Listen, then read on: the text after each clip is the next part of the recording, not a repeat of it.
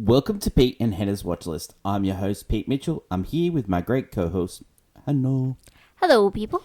Hannah, we're here today for AFI Top 100 10-Year Revisited. That's right. But before we begin, let us tell the viewers and the listeners what they should do. Pretty please leave a like and subscribe to our channel. Sure. Leave a comment down below your feedback on this show, your thoughts, feelings, comments, queries, all that jazz in the comments below. Hit the notification button and you'll get great content like this one, including What's Next, Whoa. the show where we help you figure out what to watch next. That's right. Materialist, and How to Train Your Dragon. Yep. The live action remake, Yeah. whatever, but yeah. Another love triangle we missed. Challenges. Today is AFI Top 100. Tomorrow is movie news. And Friday, it is a blockbuster game. And I lead currently 25-22. Sure. So great times. Let us get on to today's show. And today's show is all about movie number 23, The Grapes of Wrath. Have you seen this before? No. I have. No. Second time I've watched this movie. This is a Probably will never watch it again. book Spoiler alert. book adaptation. Yep. Usually taught in school, yeah? Sure. Yeah. Oh, okay. Yeah, so we watched when I was in grade 12, which is a long time ago. More longer for me than it is for you. We read the book, and then we watched the movie. And the book is quite different. The elevator pitch. A guy with a chip on his shoulder because he spent 4 years in jail comes home to his family's lost their farm. And they decide to move to California to find work set in the Great Depression. Where do we watch this movie? We watched it on Apple TV Plus. Let's go through the main people that ran this show, this great movie. Directed by John Ford, screenplay by Nellie Johnson, based on the book by John Steinbeck, produced by Daryl F. Zanuck, starring Henry Fonda, Jane Darwell, John Carradine, cinematography Gregg Toland, edited Robert Simpson, Alfred Newman did the music. This is distributed by 20th Century Fox, Hannah. So you think it'd be on Disney Plus, but no, it's not. No, Disney don't want to be associated. Sure. The release date for this movie was January 24th, 1940, and run for 129 minutes. Yes. And the budget was $800,000 and it made $1.6 million. Other movies of 1940, we had Kitty Foyle, which was written by Dalton Trombone. We had Santa Fe Trail. We had The Fighting, 69. Andy Hardy Meets the Debutante. Northwest Passage. Strike Up the Band. Northwest Mounted Police. Rebecca. Oh, yeah, I know that movie. Yeah. Yeah. Was remade with Lily James Yeah. and your boy.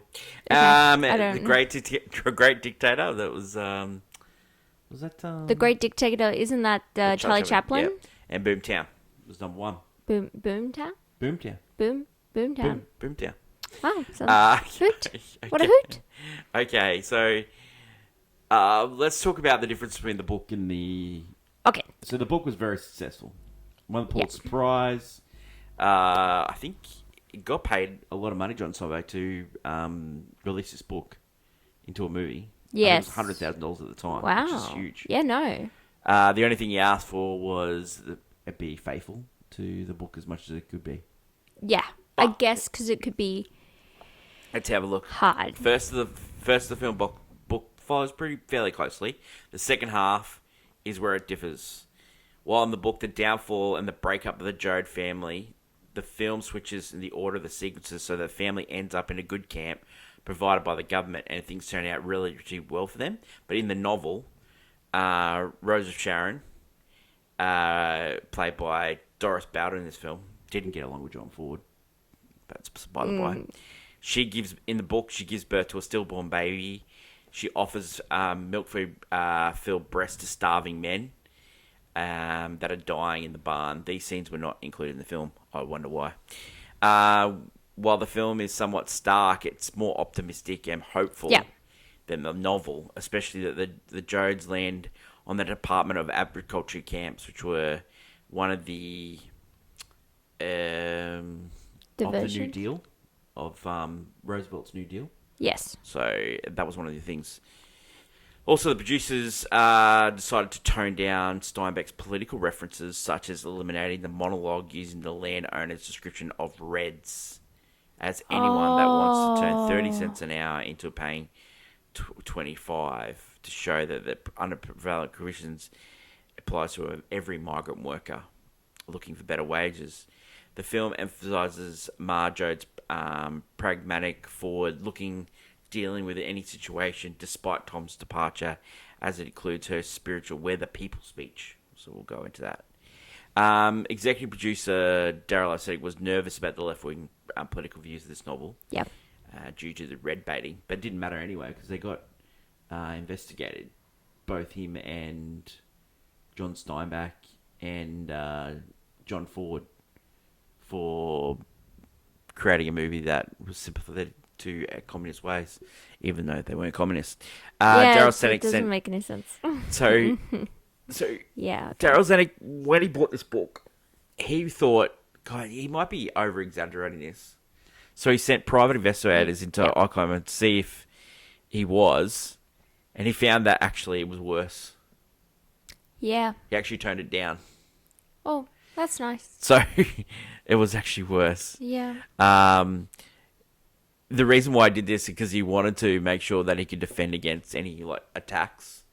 Saying that if he over dramatized this, so he was always looking out. Yes, I guess because especially how heated this book could be, and yes, the story and ideas. Yeah. So the Grapes rap was developed from the Harvest Gypsies, a series of 7 articles that ran in the San Francisco News from October 5th to the 12th of 1936. The newspaper commissioned the work on migrant workers from the Midwest in California agricultural industry. John Steinbeck, he was famous for writing this book. He was also famous for writing East of Eden, which ended up starring... Oh, yes. Our boy. I've seen that movie, actually. Yeah. Surprisingly enough. Yeah. That movie's not fun either. No, Steinbeck's work is not fun. That movie's not fun. John Steinbeck was enamored with the performance of Henry Fonda as Tom Joad, feeling that he perfectly encapsulated everything he wanted to convey in the character. The two became good friends, and even Fonda did a reading at Steinbeck's funeral. Oh, okay, yeah. Okay, so as we said before, Henry Fonda. We've had him on the list before. We had him for 12 Angry Men. A legend. He was, probably Weirdly part enough, of the Legend family. He got nominated for this. This is his first nomination. And because he didn't want to get sucked into the Hollywood system. He didn't want to be a contract actor. Yeah. He wanted to be free. He got nominated for this, and he also got nominated for On Golden Pond in 1981. It was the longest gap between Oscar nominations. He also won for 12 Angry Men, which we've already gone through. Yep. Henry Fonda wasn't the studio's first choice. They originally wanted to cast an actor that no more than 30 years old, but really struggled to find a star name with that.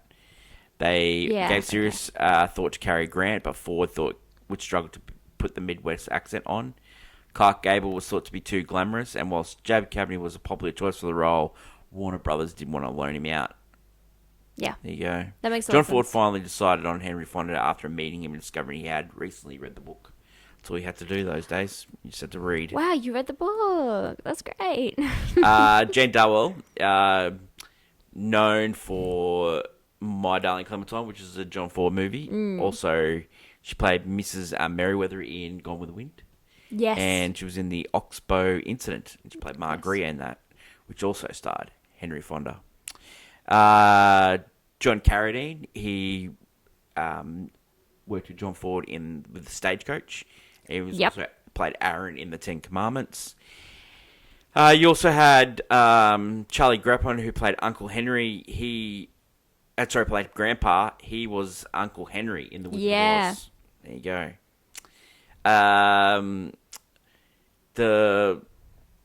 The governor, sort of the guy that looked after the government camp at the end. Yes. His name's Grant Mitchell. You might remember him. He was one of the senators in Mrs. Smith Goes to Washington, which we reviewed a couple of weeks ago. Yes. He was also in the great Cary Grant movie Arsenic and Old Lace. Oh, yeah. John Ford, first time we've had him on this. I'm pretty sure. I think we've had him before. I don't know. He, The Quiet Man, How Green Was My Valley, which he won an Academy Award for the year before, and Stagecoach. Big, huge worker with John Wayne. Did a lot of John Wayne films. Yes. He was also the inspiration for Martin Scorsese. Loved him. Also, Steven Spielberg loved him. He portrayed in The Fabelmans. John Ford. Yeah, was played by David Lynch. Very in that director's movie, director. Movie. Yeah, director's director. I would say. Talk to me about perspective in the movie. Yes. He was considered an odd choice for this movie because he was actually a staunch conservative. Oh, this is okay. Yeah. Yep. So Ford was surprised critics by delivering probably the most sensitive film that he ever delivered. Daryl Zanuck. We've had him before on the list for All About Eve. He also produced The King and I, and he also produced The Longest Day. Gregg Toland, which we also had on this list. This is the first time we ever worked with John Ford. He was the cinematographer on Best Years of Our Lives, which we've had on the list, and Citizen Kane, which coming up on this. Also did Wuthering Heights. Yeah. Let's talk about some of the critic. Frank Nugent, which we've had many times on the New York Times. He wrote, in the vast library where celluloid literature of the screen is stored, there is one small uncrowded shelf devoted to cinema's masterworks, to those films which are the dignity of theme and excellence of treatment, seem to be enduring artistry, seem destined to be recalled not merely by the end of a particular year, but by whenever great motion pictures are mentioned. To that shelf of screen classics, 20th Century Fox yesterday added its version of John Steinbeck's classic, The Grapes of Wrath, adapted by Newley Johnson, directed by John Ford, and performed at the Rivoli by a cast in uniform excellence and superiority that would go other members of injustice by saying it was headed by Henry Fonda, Jane Darwell, John Carradine, and Russell Simpson. There you go. Wow. When he retired, he named this one of his top movies of all time. Yeah, okay. There you go. Whoa. Yeah. Whoa. Awards this was nominated for. It was nominated for Outstanding Production, which is known as Best Picture, which went to Rebecca that year. Mm-hmm. John Ford won for Director. So that was 2 years in a row. First time a director won 2 years in a row. Henry Fonda was nominated but didn't win. Jane Darwell, she won for that role as Ma. Yeah. And deserved, probably. The screenplay was nominated. Best editing was nominated. Best sound recording was nominated, but did not win. Reaction to the film recently: Rotten Tomatoes 100. Yeah. People love this movie. 4.2 on Letterboxd. 4.2. IMDb 8.1. I'm going to go into why those.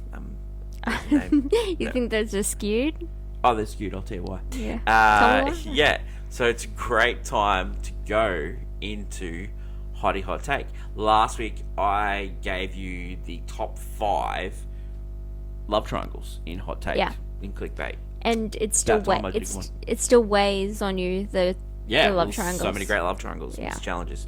That was your fault. My Hottie Hot Take. I'll go first. The reason why this movie is loved is because this movie is exactly what's going on right now in America.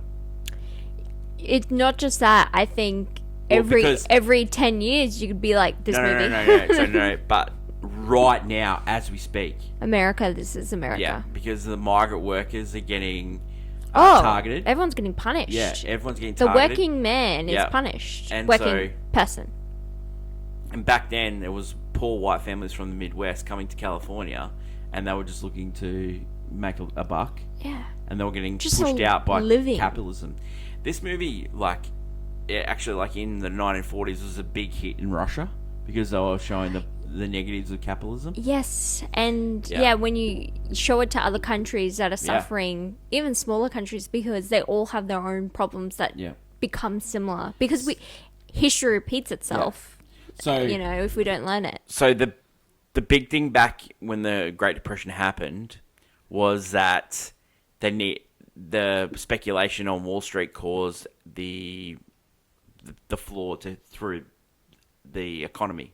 Yeah. And there was no safety net back then. There was no social security. There was no unemployment benefits or anything like that. So families went to the wall, and this is what happened. And then instead of trying to help people up, the businessmen and capitalists screwed people down, and there was no, help. And so unions were sort of trying to... The unions... Yeah, the unions. The unions in the early 1900s were like, throughout the Gilded Age, they tried to, stop the 6-day work week, stop kids working in factories. Hadn't got to the agricultural bit yet. And so this movie was the plight of the workers. That plight continues to this day, but it was like big in the 60s. Robert F. Kennedy, he met with he met with like a local union representative that went on a hunger strike to get better conditions for the workers back then. And now it's stopping people getting deported. So like there's literal So this movie's like a calling card, and it shows that a family just keeping getting kicked in the guts, keeping going, and they just want a fair shake of it, just a fair wage, a roof over their head, just a roof over their head, food. They don't want anything else. Ma in one of the scenes, she goes, "Oh, it's got a floor. I can make this work." Yeah, we can make it work. And it won't rain on us. But it wasn't like they get this camp and they get a 5 cents per box of fruit, and then they would sell food at the store, and the prices would be higher, so they're taking their money back. So it's just washing the money through. And we've seen this recently with Sinners, when the Sinners got paid, the cotton pickers got paid with local money. Yeah, almost like fake play money just to go into a store. And then they'd wash that money back through the cotton community. So the cotton producers kept making money, and no one could get ahead. So these people couldn't get ahead. They couldn't leave the camp to go and find a place to build and earn enough money. So that's why this movie is like a calling card for every so often, because honestly, anytime conflict happens, I don't know, like when people get. But see, when we went to school, right? Yeah. And I went to a private school, private school, so it says a lot about me. But there was people in our class that were sort of that bent. You could tell that they were communist in class. They see this movie and they go, that's why this system needs to change. They'd go to school, and they'd go to university, and they'd go to like the socialist left sort of causes, and those people they get the wrong idea. They're no longer communists. But you could just tell that this film as it gets taught by in new generations, and it's a shame that it's not get taught. It gets taught less and less. Yeah, it is. Like, because it's not. Oh, it's not like in even To Kill a Mockingbird, which we were talking about not long ago. It's being taught less and less. Yep. It's becoming this thing where these great literature works that help us almost look back on history and see different perspectives. We're not getting that perspective, and that's why we keep repeating, because that's the whole point of being taught history, is so we learn from our mistakes. But no, we don't. Hannah, my hot take? Yeah. Interesting. It's so hard because this movie, God, it's so depressing. But I would say my hot take for this movie would be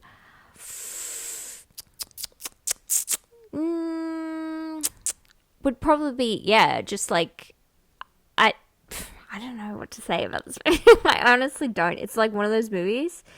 It's on this list because it's a thing of history. I would never watch this movie, like, ever. That's the thing about this movie, is that you need to watch it once in your lifetime, but then you never need to see this movie again. It is not a rewatchable movie. Well, we bought it on Apple, so you can watch as many times anytime. It's not rewatchable at all. That's the thing about this movie. It is not. And that's not a bad thing, because a movie sometimes you watch it and it will stay with you forever, and you never have to go back to it for any reason. This movie stays with you because it's so raw, because it's real. Like, that kind of stuff did happen. It's still happening. People still suffer that all the time. And I think that this film is not rewatchable, but it is probably a once in a lifetime watch. it's history and that's important, but it's very much hard to recommend. What I liked about this movie, and it was a big difference from the book, is that this family stayed together through thick and thin. Like, you had your breakdown, but you had your glue, which was the mother. Yeah, and then everyone just kept just trudging along. They pushed their car to the next petrol station, filled it up. It just kept going and going and going, and they never stopped. You know, even when like people would say things, they were just like, "Well, we just got to keep going. There's nothing we can do here." They tried to stick together as long as they could. Yeah. Even when it's like it'd be easier just to let people go, they just trudged through. Even in some really horrible circumstances, they just had to move on and move past it pretty quickly. They didn't have time to just sit and mourn or anything. They had to just keep going. Yep. And it's really hard. And I think it's important to watch this movie, but I don't think you can. I would never say, please rewatch this movie. Yeah, it's been a good movie when you watch this movie. Yeah. Unlike a lot of these movies on this list, you go, I'll rewatch that. This movie is not on that. I agree. Let's go and scene breakdown. Yeah. Start with Pete and Hannah's review. So Tom comes out and he's hitchhiking. Yep. It's an argument with a guy. Who used to be a pastor? No. Turns out the hitchhiker, when he's hitchhiking with the guy, gets an argument with the guy. That guy. And you find out quickly that he's just come from jail. And then he runs into the guy that used to be a preacher, and he lost his zest for God. Yeah. And he tells a story of where he's been and the reason why he took a guy's head off with a shovel. It's a good way of putting it. So he's just like he's a guy that gets mad. Yeah. He's like really quick to anger because he's like been in jail. He's so quick to anger. But also his nature is better. His nature is the same. Yeah. It doesn't get any better because when he gets home, there's no one there. He thinks they're all dead, but actually they've been kicked off the land, and so they're heading to California. They're staying at their uncle's place, and basically what's happening is a big corporation has bought up all the land in Oklahoma, and you either work on the land and pay down, or if you're not good enough to that, you get kicked off, and they're bulldozing. They literally bulldoze. Yeah. You have one of the neighbors who won't leave, who just goes around, just stays there, and he tells that story of how, like, they just, one day, they came and they just bulldozed his entire house. It's heartbreaking. And everyone's left, but who wants to, because a lot of people just want to stay in the land that, they were born in, they were raised in, they're generations of family who live there. Yeah, Grandpa has a massive fit about this. Yeah, he doesn't want to leave the land. Nope. So Tom ends up the local sheriff and the local person in charge of the land in that area, sort of like they're seeing if there's someone there at the house. There's no one. They're playing in the field, and then they go to see where they're living. They're living at the uncle's house, and Tom sees his mum, and the mum is worried that he's become mean from jail, and Tom's like, no, I haven't become mean, and he goes, no, you could. But he won't look at her in the eye when he's like, he's become mean. Yeah, but she's generally just worried about him. Yeah, because she just wants her son back. That's it. So they're warned off. They're going to have to go to... I will say, the notable thing is that when everyone's greeting him back, they all think he broke out. Yeah. They didn't think he's on parole. They thought he broke out. He could be on good behaviour. Yeah. So they get told they've got to move, and so they go, yeah, we are moving. And then so they pack up this car, which they sold all their stuff, and they bought a car, and they had the money left over to buy enough fuel to get to California. So everyone's getting in the car, and the grandpa won't go. He ends up getting in the car. They gave him some cough medicine to calm him down. They're in this truck. It's a car with like a flat bed on the back. And think of more like a cattle truck. They filled it up. Not big enough to be a cattle truck. But in a sense that like you could put like stacks of hay on this truck. Yeah. Like that's what I'm saying. Yeah, it's a utility vehicle. Yeah. And so they've filled it with like bedding. They filled it with mattresses, blankets, pillows, tins, stove stuff, like all, filled. It's like it's a house. It's like a house on wheels. RV, but not with any of the amenities. So, basically, the grandfather's like got a clump of dirt. He's like, that's the dirt that I want to die in. They're moving around, and then they stop for the night, and Grandpa has passed away. Yeah. So they write a note on the body. Yeah. On the body, so they're saying that no one killed this guy. He died by a stroke, and they buried him, and they buried him with the note, just in case they ever find him. That the family could not afford a funeral. Yeah. That's what it says. And then the preacher who's come along for the ride, he gives like a little speech because but he doesn't want to be a preacher anymore. But they said, well, we can't afford a preacher. You're gonna have to do, and so he gives like a little speech. Yeah, he talks about how the souls, everyone, it's just one big, there's one soul. Everyone has like a piece of it, and when you're gone, you don't have to worry about it anymore. It's not their problem anymore. So they can go to rest, and it's up to us to just. Yeah, it's just. Yeah. He's a really, really depressing picture. God left him. So they're going along, and then they meet this guy from Arkansas who's coming back from California, and they're talking about this bill where they said that they would need 800 pickers, but that guy has printed 5,000 of them, and 20,000 people have headed to California, and the family. They've just got it in their mind that this is what they have to do. They think this guy's lying. They think this guy's fake causing news. trouble. Yeah, just putting a pin through their dream, and they're so far gone. Yeah, what are we gonna do? Stop? Yeah, they stop at every time they stop at a gas station, everyone thinks that they're like looting or troublemakers, and that goes again.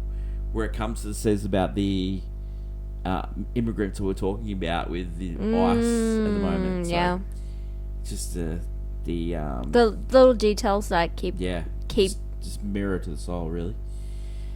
So they go into this like little diner, and the guy goes, "Can I get a loaf of bread?" And the lady goes, "No, we use it for sandwiches." And then the chef goes, "Just give him a loaf of bread, Oh, and then he goes, 15 cents, and then he goes, well, I only need 10 cents worth of bread. It's for the grandmother who can't chew anything else, so we put it in water, and so she can just chew on it, something to keep her nourished. And then the chef goes, just give him the thing. And then the kids, they've come in with the grandfather, come in with like their grandfather, but the dad, Tom's dad. And they go, oh, can we have some candy? And then the lady goes, it's 2 for a penny. And these truck drivers in there goes, that's not 2 for a penny. And he goes, shut up. And then they give her a tip. He goes, don't you want your change? No. And then she goes, Bert, look what these truck drivers did. They tipped her because she was nice enough to give the kids some candy. Yeah. Like little things that people do, it's just like it helps out. It helps out. Sometimes just a little thing just makes such a big difference in someone's life. Yeah, those kids had nothing, and they're like, "Oh, we're gonna get candy." Like it's just a little thing, but it would have made their day. Yeah. It definitely does, and that's just it. You don't have to play by the rules. Sometimes we don't everyone's struggling. We help out each other when we need to. So they get stopped at the border every time, each state border. It's not a big thing, but when I was a kid, they used to stop us going through Queensland and New South Wales and ask about the fruit thing. It's not such a big deal now, but I wonder if it's still a big deal in the States where they have to do that. I think in the States when it comes between, I don't know about from state to state, maybe on certain borders. Yeah. But definitely if you're going between Mexico and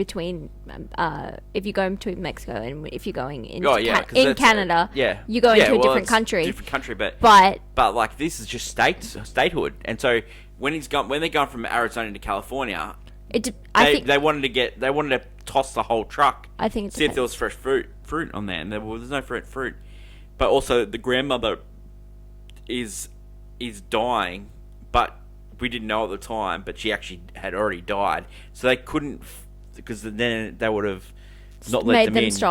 Let them in California, and so they let them in, and they said, "Go fast." There's a doctor up the road, about 8 miles down the road. They ran out of fuel again. They're pushing in it, and then they can see where they're going with the orchard. They're looking out, and they go, "Oh wow, this looks amazing." And then Ma goes to Tom, grandmother died. Oh, she died. But at least she died in California. We're going to put her to rest. Yeah. But she died before. Yeah. I just had to push her through. At least she's going to lay to rest in California. She got us through because we needed to get here no matter what. Yeah. And they've lost 2 people on this ride already. So they go to town and they're putting some fuel in the car, and the local deputy comes and goes, I'm from Oklahoma too, and they sort of getting along. Is there any work? You can't stay in the town. You can't stay long. You have to go to the campsite that's outside of town. So they go there, and things are not looking good. Nope. They've got a little bit of food, and all these local kids are coming for. And then Ma goes, I don't know if I've done the right thing here. When they give a little bit of food, and all these kids come hankering for it. Yeah. And then this guy comes to ask if people want work, and everyone's like, yeah, sure. And then this guy stands up and goes, have you got a license? Because you need a license for the thing. There's a guy that's actually... Also, how much are you going to pay? Yeah. And he goes, I'm going to pay this. No, let's put it in writing. And then he goes, well, you're a troublemaker. And he had a sheriff in the car. And then he runs, and the sheriff tries to shoot the guy. And he actually shoots the lady. She's just a poor lady just standing there. And so Tom can't stand by. He sort of... Yeah, him and the preacher. And the preacher, I'm going to take the blame for this one. Yeah, I'll take the blame for this one. I'm already, And so they leave that town. They leave the sort of campsite, and they... But while Tom is gone, he hears that the campsite is going to be kind of pushed out while he's gone and disappeared from the cops, because he can't be caught by the cops because he's still on parole. Yeah. So he goes out, and he hears that there's going to be a fire that's going to push... They're going to try and push everyone out of this campsite. So they drive, and they sort of run into this guy and goes, go up to here, say I sent you. And he goes, oh, well, this sounds too good to be true. They get there, and there's little houses, and then all these people are outside mulling. Yeah. And then they go, are you here? Yep. You up for work? Yep. And then, so this is where they get 5 cents for, Yeah, they get a little shack. That's it. And then they can, and Ma goes, I can make this work. I can, And it turns out they're actually the strike force labour. Because standing outside. It was 2.5 cents. They're getting 5 cents. And it turns out if they pick a ton, it's only going to cost them $1 or something like that. It's such a good deal for the owners of the orchard, know.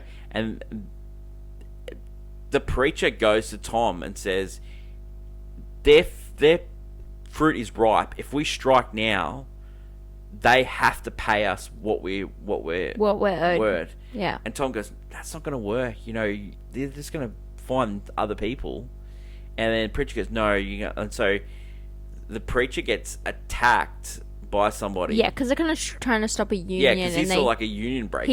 He's the head honcho. Because he's found his soul now again, the preacher. Yeah, he knows what fighting for the people.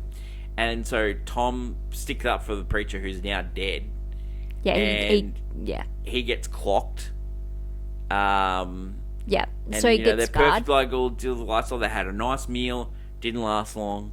And then he's about to leave, and Ma goes, no, you can't leave.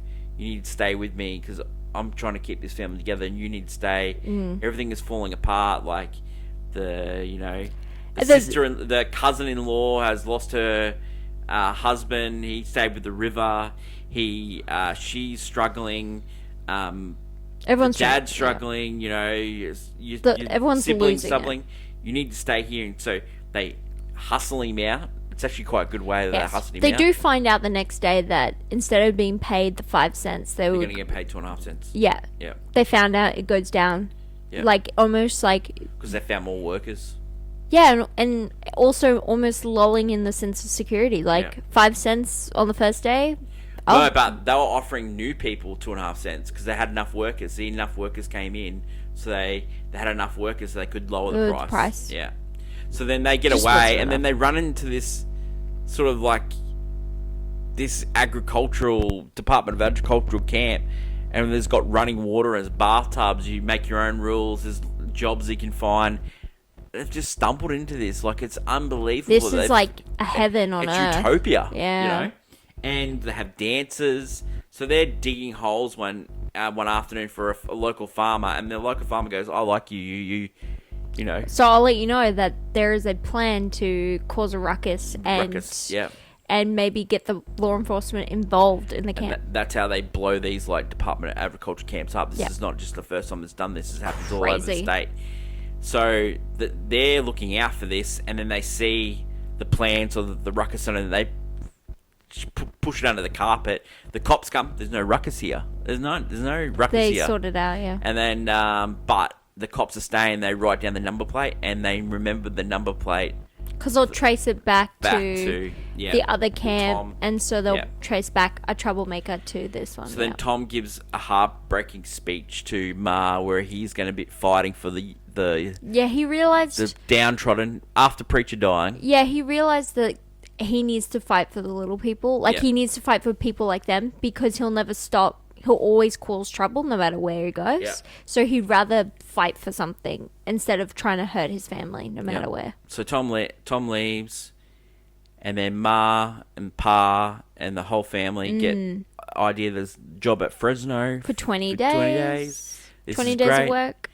Ma's like, she's a little bit more cynical now. She's a little bit more cynical now. But then she gives the speech to Pa and says, "Look, women, they can like change. A stream. They can change. Men are stuck in their ways. They're stuck in their ways. They get jerked out. Yeah. You know, things in life happen. They jerk. But women, they're like streams. They just keep going without. And that's what we're going to do. We're just going to keep going. We're just going to keep going with the flow." That was suggested to John Ford by Darryl F. Zanuck, and to create an upbeat ending. It's a We're the People speech, and Ford told Zanuck, "Mate, that is a dumb scene, and you know, if you want that scene, you can direct it himself." And so Zanuck did, and it got in the movie. Zanuck was like, he was like one of the producers that sort of had the balls to stick up to directors, and he was like one of the only producers that was allowed in the editing room with the director and the editor. I love that for him. And he, Ford, who was like a sort of a curmudgeon sort of guy, he actually respected Zanuck's opinion, and so he took ideas when to cut and not to cut and stuff like that, and what worked. I mean, because that's how movies should be. Yeah, like I love collaborative process. Yeah, some directors just do not have any time for producers whatsoever. Do not. I get that, because sometimes producers are thinking more about the bottom line, but we should have more creative people in that room, because sometimes those are the best type of movies. Okay, Hen. Reasons to see. Wow. I mean, this is such a historically cultural important movie. It continues, you know, it's a reflection on our own soul. What do you think of Henry Fonda's performance in this movie? Henry's? Yeah. I didn't really care for him, to be honest. It's actually Ma who pulls pulls the movie together. Even though she is playing, I would say, a very cheesy role, because she's like the glue. It's one of those women roles back then. And there's a couple like this. Yeah, it's such a trope, but like, she's good at it. As we get closer to the top of this list, there's a lot more of them. Yeah. But yeah, no, she does wonderful work here. Reasons not to? Reasons not to. It's depression. It is literally the most depressing movie you'll ever see. There is the Great Depression is the reason it's called this is because it was depression. Yeah. It sucked. And yeah, this movie is really hard to, like, if you're struggling, it's really hard to watch this film, because unlike later on this list we'll get It's a Wonderful Life, which also had the Great Depression, also has a person who goes through a real depressing time in their lives and thinks about ending it, and you know, it has more upbeat, optimistic feeling towards it. This movie, even though it has this ending, is not optimistic. It actually feels too raw, almost like I don't know. I don't feel optimistic. I find reading the book and then watching this movie, The movie's optimistic. I find this movie to be optimistic. I find that speech at the end of that movie. No, I find it to be optimistic. There's like some depressing parts of this movie, but I find the family staying together as long as they have. The reason I don't is because it's that thing is so real now. Like that. Yeah. Whereas It's a Wonderful Life, like that's a fantasy. Oh no, that's real. That's real now too. It is too, but what the movie does is almost fantastical. Yeah. This movie is like true. That's real. It's Frank Capra of it. Does it deserve to be on the list? It does. It does. Yeah, it does. It does deserve to be on the list. Yep. It was higher. It was 8 spots higher. I wouldn't put it higher. Because 2 spots higher. It was 2 spots higher. I wouldn't put it higher. I don't know where I'd put this movie, to be brutally honest. Yeah. Because as a film, like, it doesn't strike... Like, it's not the most compelling when you watch it. Like, I wasn't compelled at any moment. No. Even directing-wise or shots-wise, like, I wasn't compelled by it. Other John Ford movies, like Stagecoach and stuff like that, it was really, like, bare bones. It's jarring compared to its other work. Yeah. Very jarring, because this is way more serious, way more... Yeah. It's really very nuanced. Nuanced. Yeah. That's the word, yeah. It's very nuanced from John Ford. And the fact that no one thought he could do it. And he did it. He did it. Would you buy this on Blu-ray? No. No. And would you watch this again? No. No. But, oh man, what do you give this movie? It has to be a banger, because this movie's really good. It is really good. Yeah, let's give it a banger because this movie, how important this movie is. Not so much because... Not all movies have to be happy and you know, I suppose, like, it is a drag. I will say, happy. So, can I just say one thing before you go? We're happy people, right? Oh yeah, no, we are happy people, and so we like the musicale. We like romance. Hell yes. We like comedies. We like funny thrillers. I like watching. That is our sort of jam. Yeah. I can see why people love this movie. Yeah. I can see why people love this movie because they love their attitude, depression. They like being in that swallow of like depression. Yes, melancholy. People like this. Some people like this stuff. I get it. But for us, it's hard watch. It is a really hard watch. Yeah, like, I like musicals. Our favorite movies are like The Dark Knight Rises and Tenet. Like, they're funny movies. Okay. You know, they're real fun. You know, I guess if you like this movie and you look at Singing in the Rain, it's like some people Singing in the Rain. And some people don't like it because they don't like musicals, and that's just because they're in the love Singing in the Rain. Yes. Yeah. But I do not like depression. But I still think this movie's a banger. Yeah. I will say this movie, the whole when the whole family struggling to eat and stuff, it just reminded me of like in Gone with the Wind when the family ends up struggling to survive because the farm after the Civil War, the family are struggling to survive because their land is just ripped apart. Like the whole system has been completely demolished overnight. This family struggles. There's a lot of reasons for that. There's a lot of reasons for that. Yeah. And literally this family is like struggling to survive to the point. Okay. Maybe it should. Yeah. But they're struggling to survive, and even in these like, and that was in the Civil. Even though this is a fake fictional story, it was set in the Civil War where that did happen. And then you look at then in the 1920s, that same thing was just happening again with farmers and people just being because of money. But I'm just saying, war and money and everything just keeps repeating itself. Of course. Like, so Steinbeck's three books, these three main books. Depression. 35 books.